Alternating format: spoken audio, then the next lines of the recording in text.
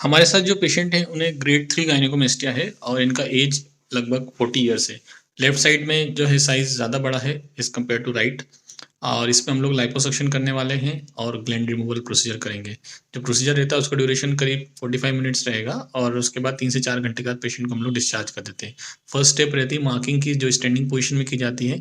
उसके बाद हम लोग पेशेंट को ओटी में लेते हैं, एनेस्थीसिया देते हैं, कुछ सॉल्यूशन इन्फिल्ट्रेट करते हैं जिससे जो फैट और ग्लैंड रहता है वो ब्रेक डाउन हो जाता है और उसके बाद फिर उसे सक्शन करके जो फैट है उसे निकाला जाता है कंटेनर में। उस फैट को निकालने के बाद जो बची हुई ग्लैंड रहती है उसे भी हम लोग रिमूव करते हैं ताकि फाइनल जो रिजल्ट रहे उसमें कंप्लीटली फ्लैट चेस्ट रहे। इसके बाद प्रेशर गारमेंट दिया जाता है जो आपको 2 हफ्ते तक पहनना रहता है। नमस्कार फ्रेंड्स, मैं doctor Sumit Jaiswal, plastic and cosmetic surgeon. आज हम आपसे बात कर रहे हैं गायनेकोमेस्टिया सर्जरी, जिसे मेल बूब सर्जरी भी कहते हैं।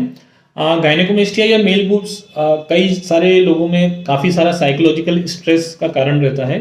मोस्टली प्यूबर्टी के एज के बाद लगभग 12 से 16 साल की एज में बॉडी में कुछ हार्मोनल चेंजेस होते हैं, जिसकी वजह से कई बार फीमेल हार्मोन ज़्यादा हो जाता है मेल हार्मोन की तुलना में, और उस वजह से फीमेल्स की तरह चेस्ट की स्किन के नीचे फैट और ग्लैंड का जमा हो जाता है। ये कई बार अपने आप रिजॉल्व हो जाता है, लेकिन यदि 18 ईयर्स तक ये अपने आप रिजॉल्व नहीं होता है या फिर इसका साइज बहुत ज़्यादा रहता है, बच्चे को स्कूल में मेंटल डिस्ट्रेस का कारण रहता है, साइकोलॉजिकल प्रॉब्लम होती है, या फिर जो एडल्ट होते हैं उनको भी उसकी वजह से सोशली लोगों से मिलने में दिक्कत होती है, कॉस्मेटिकली अच्छा लगता है, टाइट अच्छा नहीं लगता है, टाइट टी शर्ट नहीं पहन सकते, बिना शर्ट के घूम नहीं पाते हैं, स्विमिंग पूल में नहीं जा पाते हैं, तो ये सारे इंडिकेशन होते हैं उसका प्रोसीजर को करने के लिए।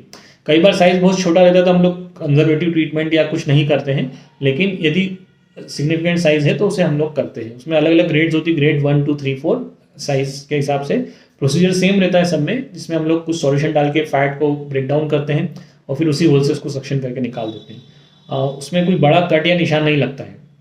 जो ग्लैंड्स रहती है उसको निकालने के लिए भी हम लोग निप्पल एरिया और स्किन के जंक्शन पर कट लगाते हैं और उसके थ्रू निकालते हैं।